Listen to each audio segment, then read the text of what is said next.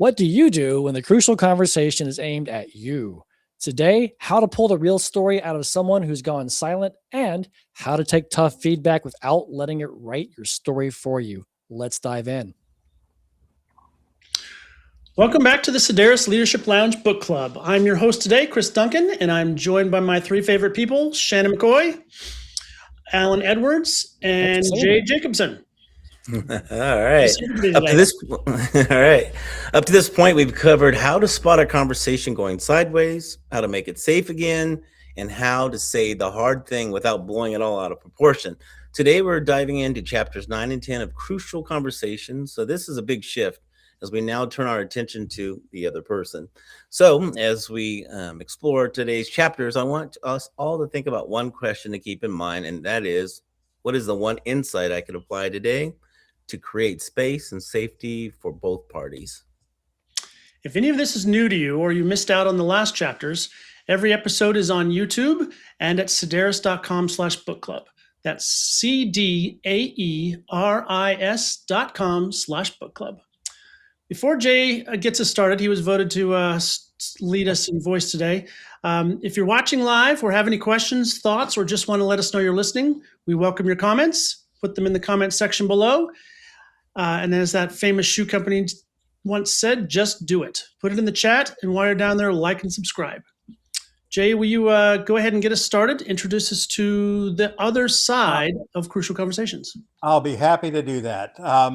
It's interesting that the author has taken this long, but chapter 9 represents a major shift in the way we approach conversations. So far in this book, he's talked a lot about what we do in our part of the conversation. And chapter 9 asks us to shift that and to really pay attention to what the other person is doing. What is going through their mind as we're having those crucial conversations. And oftentimes we'll find ourselves in a conversation where the other person simply goes quiet. And a lot of times, we interpret that as they don't have anything to say. But what we really should be asking is, why have they gone quiet? What is going through their mind that they don't feel comfortable enough to offer the opinions that they actually have? Are they not feeling safe? Have they been beaten down before in terms of providing information? And so it's our job to not only pay attention to what our side of the conversation is, but what might be the story or what's going through the head of the person that we're having the conversation with. Yeah, I think it's interesting in chapter 9 because, when the theme is actually explore others' paths. And so the first thing, after reading it, I thought, okay, this is really interesting to think about. What is behind, earlier we talked about why would a person who's wise or hardworking or, who's been consistent, why would they talk like this now? Why would they, why would this come up this way? So now we're talking about what's behind all that. What's their path? What got them there? Why are we now having this discussion that is maybe a crucial conversation that needs to be addressed in a certain way? So I think that's how we got here. Yeah, so it becomes important to just, as we've been talking about in past weeks, creating that safety. And I think this chapter finally gives us some tools for how to actually make it safe and pull them back into the conversation. And this is where we enter our dreaded acronyms again. Ooh, love the acronyms. We can stick them on the wall with all the rest of the acronyms. I've only been 2 or 3 acronyms that I think that I would write on a card and keep in my wallet so far. And I do think that this chapters are one of them. So the first one is how to draw them back into the conversation. And they use an acronym AMP, a 2P, so AMPP. Ask, invite them to talk. Mirror, name what you see. Paraphrase, repeat it back to them in your own words. And then if they're still stuck, prime, make an educated guess to get them talking. And I would love to do maybe some role playing. I did not prepare for this. But there's some great conversations. Let's pick on Jay. Jay, could you be our crucial conversation student and let me be the person who's been withdrawn and quiet in a conversation and you use AMP? I will certainly do my very best. All right. This is for those playing along at home, and this will be a first live role play, unstructured, unpracticed. This could go wildly wrong. Yeah. I'm throwing these kind of things every proportion. day, so yeah, we're going to learn about Alan, things that we may not have ever wanted to know. So Yeah, let's keep it G-rated. Yeah. So Alan, it looks like you have something you'd like to add to this conversation, and we haven't really called on you. Is there something you'd like to share with us? No, I'm fine. You know, I hear you saying that you're fine. I really do. But what I'm observing is that you're not fine, that there is something here. Just your body language tells me you would like to add something, and we'd really like to hear what you have to say. Look, I hear you saying that, but you guys are taking up all the space and you're saying what needs to be said. I don't think you need another voice at this point. Well, I hear you saying that we're kind of absorbing all of the space in the room and we haven't made room for you. So let's give you an opportunity. Here's some time for you to just share what's on your mind and let us know what you're feeling about this conversation. I feel like you guys are saying the right things. I just wish I could say some stuff too. Well, maybe you'd like to share what the other acronym is. Okay. When you disagree, Jay disagrees with me. When you disagree, you got to use the ABC. The A is for agree. Start with what you do agree on. B is build from there and add what's missing instead of arguing over the differences. And then C, compare. Compare stories without declaring one story is right or wrong. Now, for the people who are watching, we literally just walked through AMP. All five of those, or four of those acronyms to get Alan to the point where he would share the second acronym. And that's what it takes. It takes that persistence in some cases to get somebody drawn out to the point where they really have no choice but to share what they're thinking. Yeah, I think so many of us avoid that conflict, which again we covered in past weeks. And it's amazing what you can uncover when you just take the conflict head on with your heart in the right place. I really want you to be heard and to feel like you belong. How do we make this happen? And it turns conversations around so quickly. Yeah. I'm still hearing that humility that it takes to be a good leader. We're applying this to leadership, most of us. And I think about how, for us to be able to be patient and listen and to be the type of person that's approachable. That's spoken of a lot for coaches who have been certified as coaches and leaders and to help their organization develop personally and professionally. And so these are the same things that I'm seeing here, that these are really good acronyms to remember, because it helps us to step into that role of what we know is best for the organization or best as a leader, so that people feel safe to bring up anything around us. I think the underrated hero in the ABC is under the agree part, because there's a little note in there that most of the time we're actually fighting over the same exact thing. We all want the same thing, and there's some minor difference that ends up becoming the argument, and we don't want to throw away the 95% for the 5% we disagree on. And man, the number of times I've listened to arguments, healthy arguments, even in business leadership teams, in my family, and I'm listening in, I'm going like, you guys are saying the same thing in a different way. Yes. And then you start building in and comparing the stories. Like, you're saying this, and if you see here, they all line up. We just disagree on when to start or how to write it or whatever the case is. Mm-hmm. And I've been in many board meetings where you're sitting back just watching that happen. And everybody is so involved in telling their story and getting their point across, they aren't hearing that the other person actually agrees with them. And so that argument goes on and on and on about the agreement they already have. Yeah. So stepping back and being able to mirror that agreement, to say, what I'm hearing is that you both agree on this. And let's build off of that. Now, we aren't quite here to the conclusion we want. So here are some extra facts that maybe we haven't considered. And that's part of the building part of this acronym. And then comparing the differences. Okay, this is the difference we see here and the difference we see on this side. So how do we consolidate these into a solution? Yeah. And that moves the conversation forward instead of being stuck in, okay, we're going to argue about the same thing. And it forces people to start listening to themselves. I like the point about agreement being the hidden starting point, but I'd be curious how each of you tells the difference between somebody who's really agreeing and just staying polite to avoid any of the tension. Is this science or art? Yeah. Yeah. Well, and that you bring up a good point, Chris, because once again, in leadership, well, you are the leaders, whoever's running, like to say, if they're facilitating a meeting, and they're also in charge of the outcomes of that meeting and getting people on board.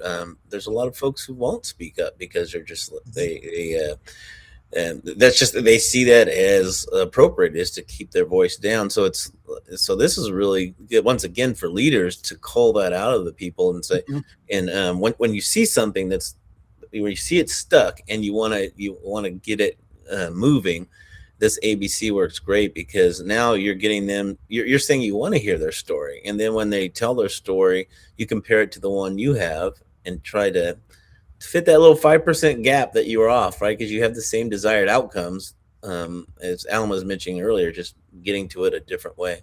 Yeah. What if they still don't participate or have comment, and it's because we still haven't created a safe space?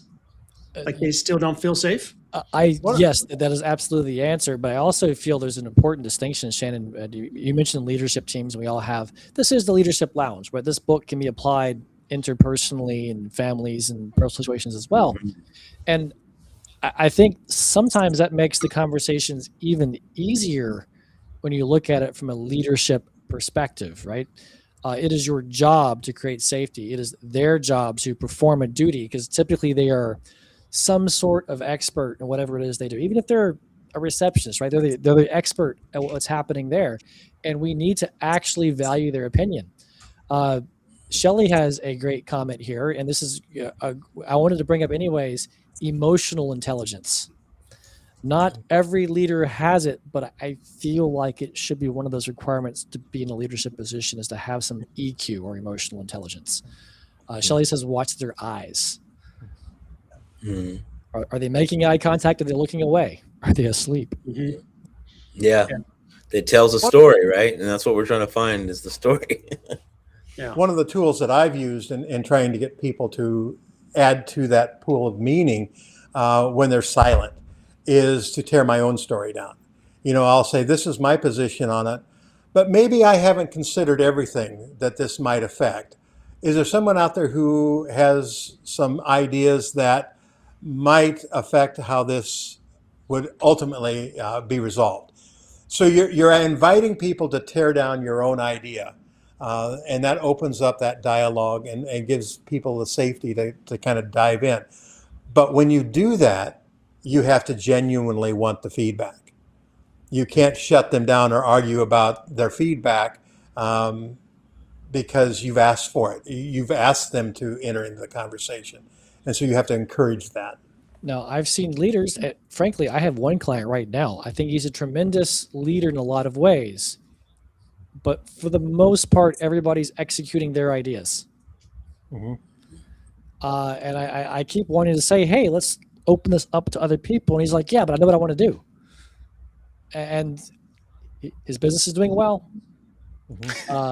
And I think people do push back when the time is appropriate, but it's not as often as I'd like it to be to really build a team.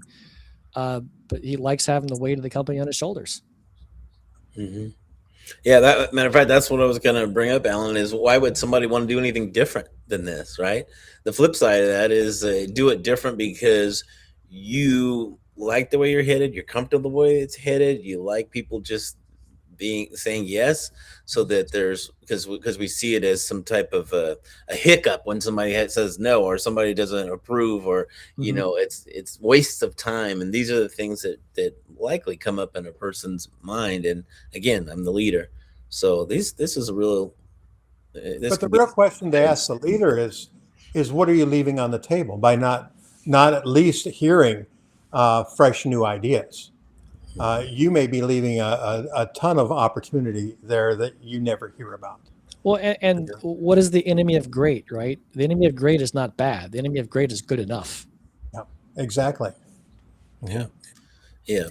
And earlier, so part of these lessons leading up to this was talking about that's actually where the gold may be. And we think about that way. The gold may be actually in getting the people who aren't speaking to at least share their story, to hear, explore their paths of how they come to their conclusions. And that may be just the answer you're looking for. So we want to we want to welcome their story and not to be defensive in any way. Absolutely. Well, this might be a good spot to segue into what the next chapter is about. Let's do it. Which is titled "Retake Your Pen." The problem. Well, Alan, tell us about "Retake Your Pen." Well, first off, I have some issues with the metaphor. The metaphor works, first of all. So the concept behind the statement "retake your pen" is that whoever holds the pen's writing the story, right? And in the early days, you're writing your own story. Hey, I want to go to college. I want to go do this. I'm going to do this. And then next thing you know, there's some great examples in the book is, oh, I did a good job, and the boss told me I did a good job, and that felt good. Well, next time I do a job and the boss doesn't tell me I do a good job, I feel bad.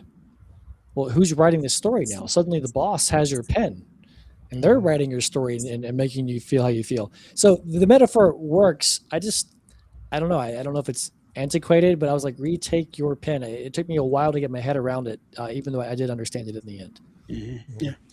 Yeah. So how does that apply, though, to crucial conversations? I thought there was an interesting dichotomy in this chapter. We're talking about retaking your pen, but sandwiched in this whole story is the story of the Other Side Academy and the game they play, where it is almost anti-crucial conversation, where these ex-cons are put into a program where they receive very negative feedback and almost unfiltered, and how it's processed and how it develops their character, which goes to point out that not all of us react the same way to the same tools. And so we have to be cognizant of the fact that different conversation styles are necessary for different situations. I think I shared earlier the facility that out in Salt Lake City where this takes place. I've seen that facility, and it's a wonderful program. And that area of the country is renowned for building entrepreneurs. And so it's kind of a natural outpour that they would take these felony convicted individuals and teach them to be business entrepreneurs. I think it's a wonderful program, but it does point out a conversation issue that we don't all react the way the book tells us we're going to react. That was my favorite story to read in this book, where these convicts who are used to taking no gruff and you go punch the biggest man in the yard when you arrive. They essentially taught them to hear critical feedback without reacting. Yeah. Which is so hard to do. I'd be curious if there's any outtakes to that story. Yeah. Yeah. When I first saw this chapter and then, started reading it, I started thinking about retake your pen. It's kind of like you having a one-to-one conversation. And again, this is all about stories, right? We all have our own stories. And so one person starts when they're speaking, it's like they're writing, right? They're writing the narrative of the story. And then if you don't take the pen, then you have no input, and you have nothing to own to show up with. And then, so I was thinking there's like, you could say that with, if in a board meeting, you need to retake your chalk. If you're talking to your child? You need to retake the crayon. No, I don't know. But it's just, I think it's a really good point to remember that we're not part of a bigger solution if we don't take our pen back from time to time and express what our desired outcome is as well. Not only the let's say the company we work with, not only their vision, mission, and purpose, but ours and how it fits within the scenario. Well, this also brings us to another acronym in this chapter, CURE, which talks about before you react, and this kind of pivots off of the story of the felons. You collect yourself first. You don't just jump right in. You start to understand what they're saying. You give yourself time to recover from what they're saying, and then you engage. Now, another book that I've recently read is called The Anxious Generation, and it talks about, particularly with teenage boys, the amount of time it takes them from the time they get aggravated until you can actually have a conversation with them is about 20 minutes. It takes that long for the chemicals in their system to restrike balance. And as adults, we do better at that. But there's still a chemical change when we get aggravated and upset that we have to allow time to process. And I think this CURE acronym is a great tool for recognizing that and working through that. So Jay, can you walk us through the acronym? Yes, C it stands for collect yourself first. You're going to get yourself under control, then you're going to understand. The U is understand. You're going to get curious about what is bringing this person to be critical of me or critical of what we're doing or my idea. You're going to process that information. You're going to give it time. You're going to recover from what they've told you, regroup, and then you're going to come back and then engage. You're going to seek for the truth. What is their story behind why they're reacting the way they are? Are they reacting in a way that a reasonable person would react? If they're not, what is the story that's driving it? If they are, then maybe you examine your own story. Why am I so bent out of shape? Because they're only reacting the way a normal person would react. I believe that was the rule. I want to call it a halfway house, as I have forgotten the name of the organization. But for these recovering convicts who are starting businesses, their job was to sit there and collect the information. Right. It's called the Other Side Academy, and the program's called GAME. Yeah. And yeah. If you when you get GAME, it means you're actually getting critical feedback, and you just have to go sit with it until the next meeting. Yeah. Which gives you that time to get away from that chemical reaction, right? So you can understand and recover, and then when you come back at the next week's meeting, you can engage. Yeah. Got it. And then for those who might not have caught it, thank you to Dobie for the comment. CURE was collect, understand, recover, and engage. Man, Christian, a great job at facilitating. Yes. I'm learning. He's back. His voice is back. Yeah. His mind is back. Yeah, I've only had one coughing fit so far during the show, so that's an improvement. Nice. Glad to have it. All right. Well, we want to bring this back into practical application. So, have we covered all of what we want to say about retaking our pen before we wrap it up? Any last comments? I think so. Yeah, it's a terrible segue I just created, but let's see then. Jay, what's something that we can do this week to be mindful and conscious of, to recognize when a conversation has gone off the rails and we need to bring it back in, or we've got somebody who's not on the same path as the current conversation? I wrote down two things. First, understand the other person's path does not require abandoning your own. You can still hold on to your path. You can still understand the other person's path. The second is the purpose of paraphrasing is not to repeat the words. It is to prove the meaning was heard. So you're reinforcing the fact, you're not agreeing with them, you're reinforcing the fact, I heard what you're saying. Now let's talk about it. So it's a segment, a way of moving forward. Great. Have you ever heard somebody practicing active listening in all the wrong ways? Yes. Just parroting back what you said and like that's not how this works. No. Yeah. No.